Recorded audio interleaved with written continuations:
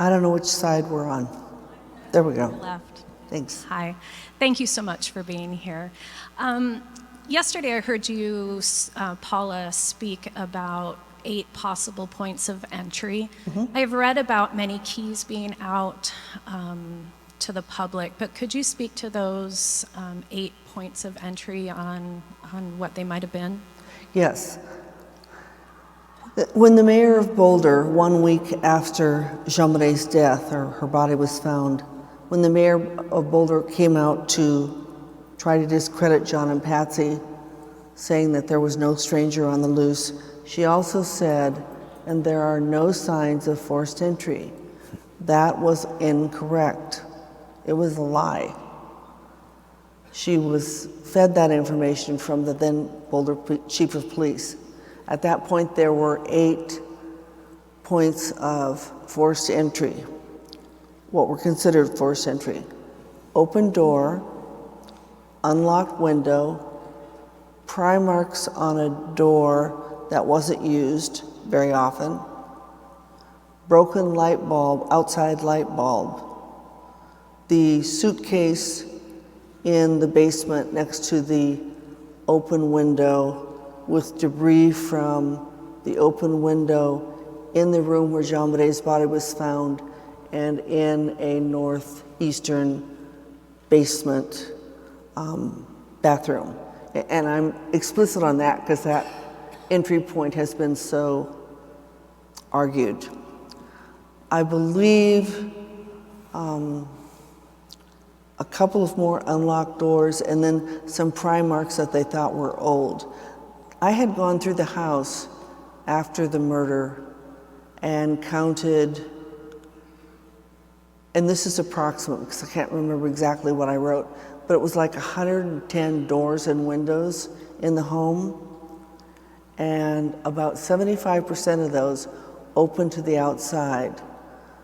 Think about the Christmas parties that Patsy gave as charitable contributions, and think about the people walking through the house and how easy it would be for one of them to unlock a window or a door, and the Ramseys would never know it. With that many windows, you don't check them every night. So those were the forced entry points at that point. Hi, John. I wanted to thank you for being here today. I just had a question for you. I had a childhood friend who competed in beauty pageants from birth to 16. And in 1993, she became stalked from someone who they never found. We were both 16 and sophomores in high school. She had her tire slashed, her windows broken in.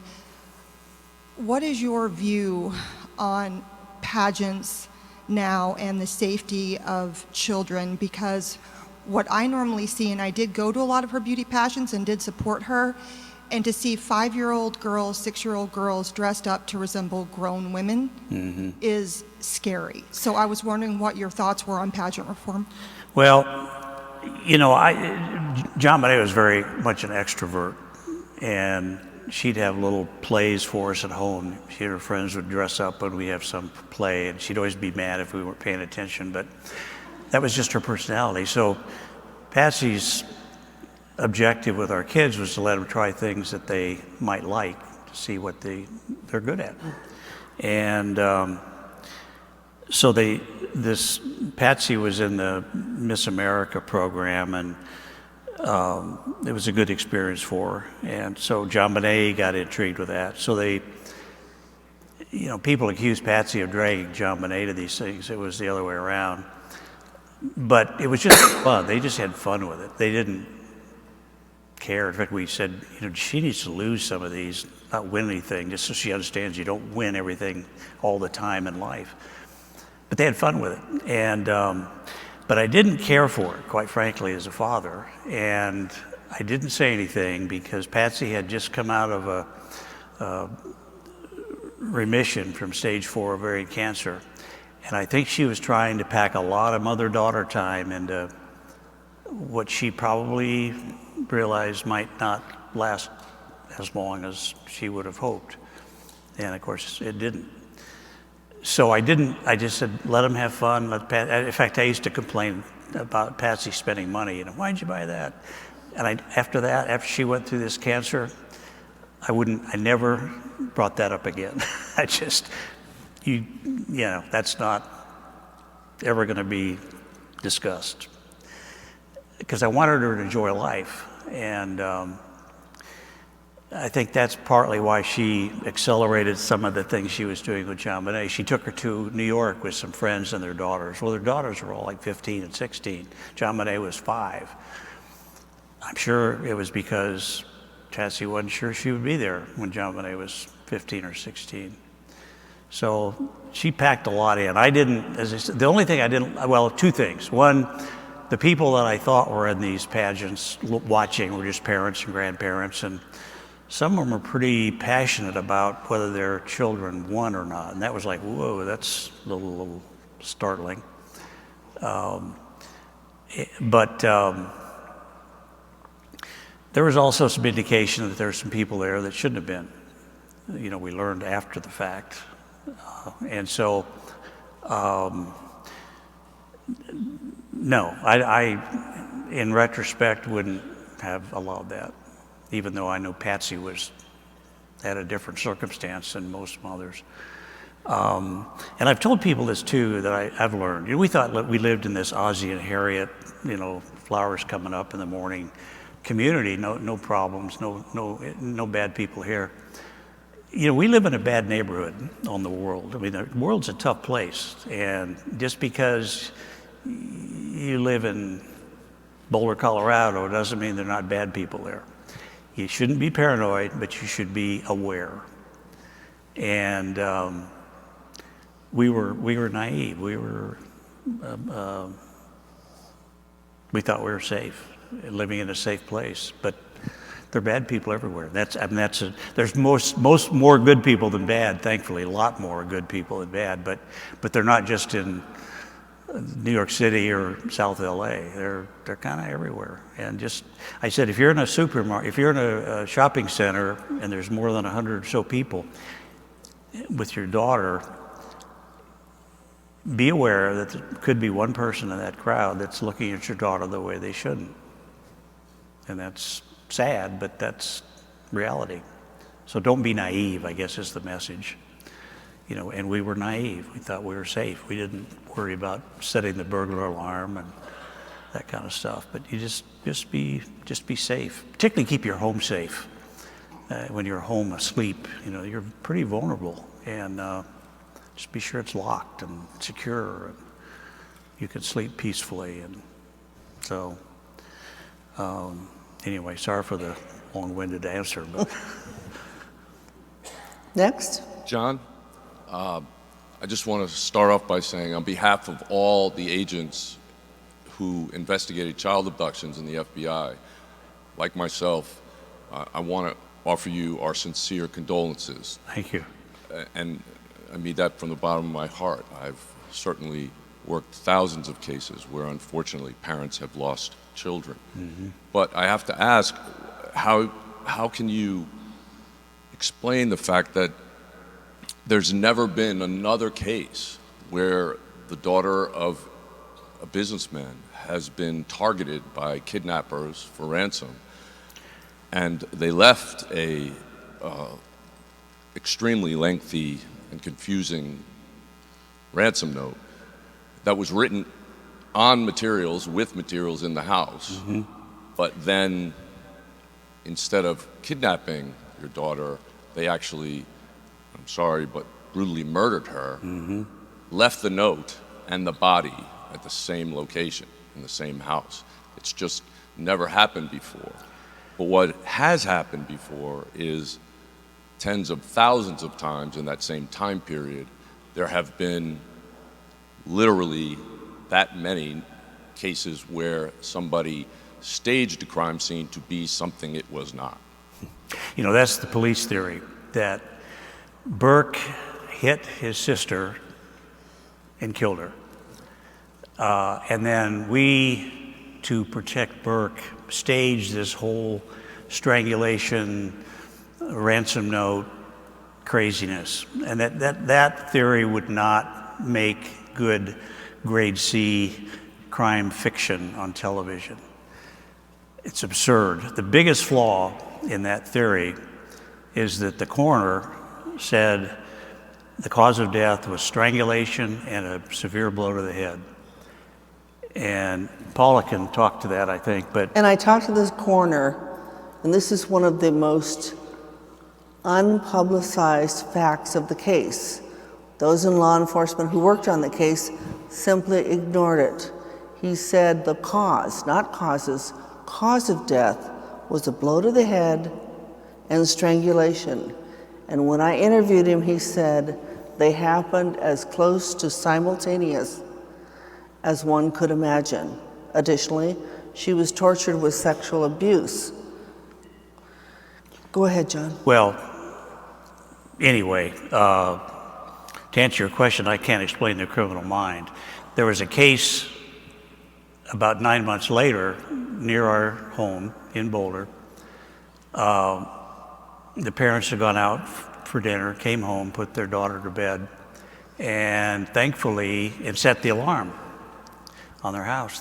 And thankfully, they heard a noise in their daughter's bedroom.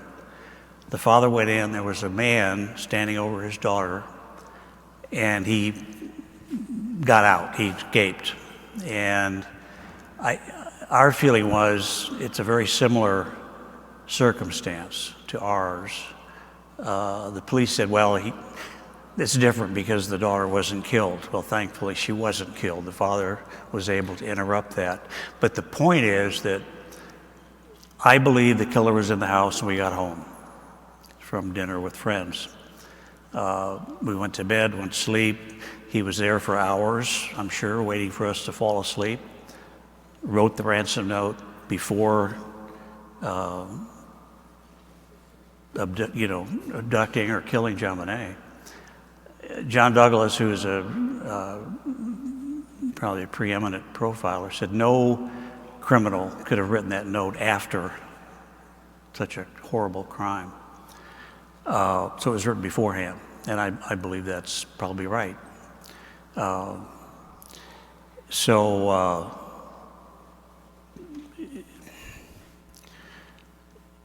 We had been, we were kind of a big fish in a small pond, I guess, as a company. Had been an article in early December about our company and our achievement of some sales records. And I wasn't real comfortable doing that, but I thought, well, I want my employees to be proud of the accomplishment. And I was interviewed, and they had a picture of me in the paper.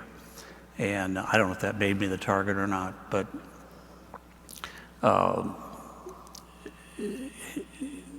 I think, as I say, I subscribe to John Douglas's theory that this was somebody who was either very angry at me or very jealous, and he said, you may not even know him. We had 700 employees, and I didn't know them all. And I have to say that's a tough pill to swallow. Yeah.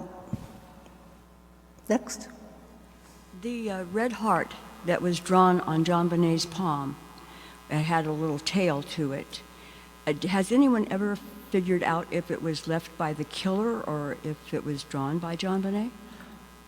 Not to my knowledge, no, I don't know. Yeah, I just don't know. And I don't either. I don't think it was ever ascertained.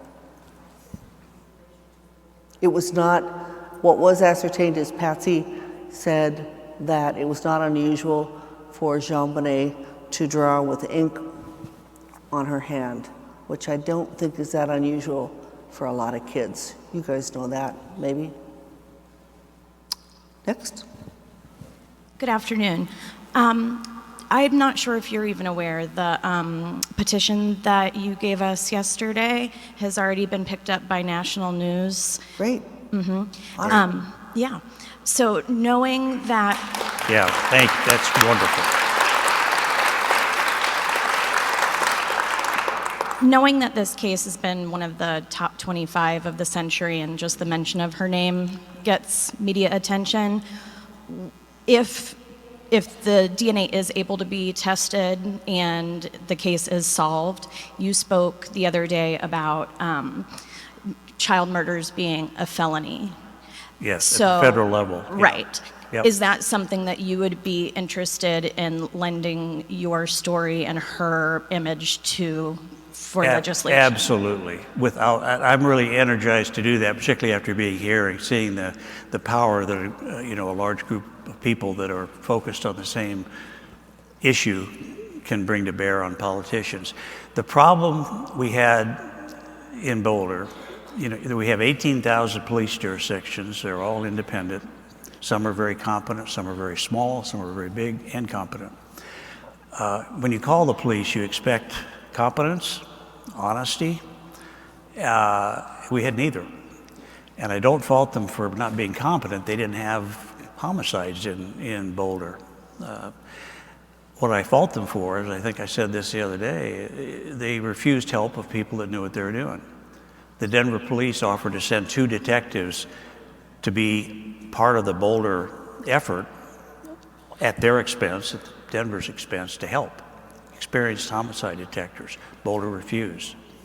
As recently as 2 months ago, we had a very serious offer from a very credible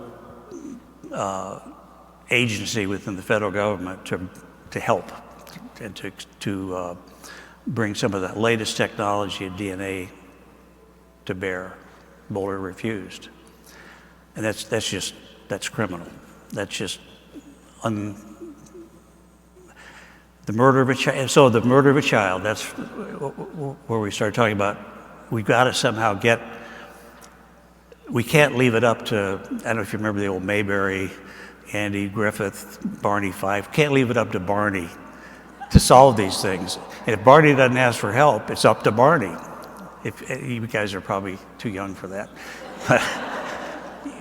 Andy Griffith, the wise sheriff, wouldn't even give Barney bullets for his gun because he was afraid he'd shoot somebody. But that's a small jurisdiction. If Barney had a big ego and an arrogant, which he was in this comedy, doesn't need help, doesn't need the FBI, doesn't need anybody to help him. It's my case, I can solve it. Pure Barney Fife stuff. That's what we had in Boulder. And as I say, I don't fault them for being inexperienced, but I do fault them for not accepting help from people that knew what they were doing. And to this day, they continue to not accept help. So I've given up on them. We've got to get the case out of their hands. But at the federal level, if we can make the murder of a child a federal offense, it wouldn't be left up to Barney Fife to solve it. We could bring the full resources of our country to bear on the murder of a child. If you rob a bank, you'll have the full focus from the FBI. I don't think we care more about our money than we do our children. Yet that's the message, to me, we're sending. So I would thank you.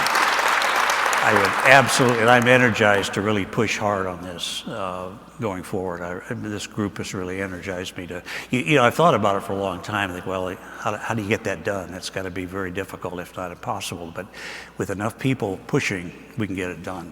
So I'm excited. I would absolutely lend my name and whatever credibility I have, or absolutely. And remember, just let me say this, change.org/justice4JBR. You all can really make a difference on this, because if this DNA is taken by an independent agency and tested for genealogy, then there's a real chance in finding JonBenét's killer.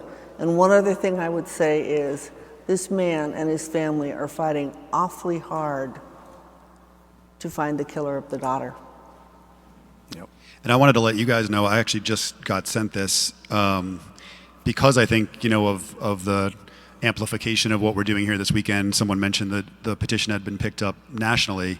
What also got picked up locally, which is, as we all know, the way sort of media and politics and everything works, is arguably more important. Mm-hmm. CBS 4 actually called the governor's office already, and they've issued a statement, which we can read between the political lines.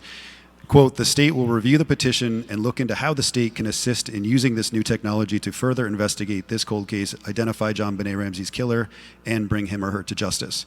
So good first step. Good. The governor knows Yeah, about that's it. great. Good. So now, right, Great. and that's due to everybody here. And I think if you haven't signed it, please sign it, share it.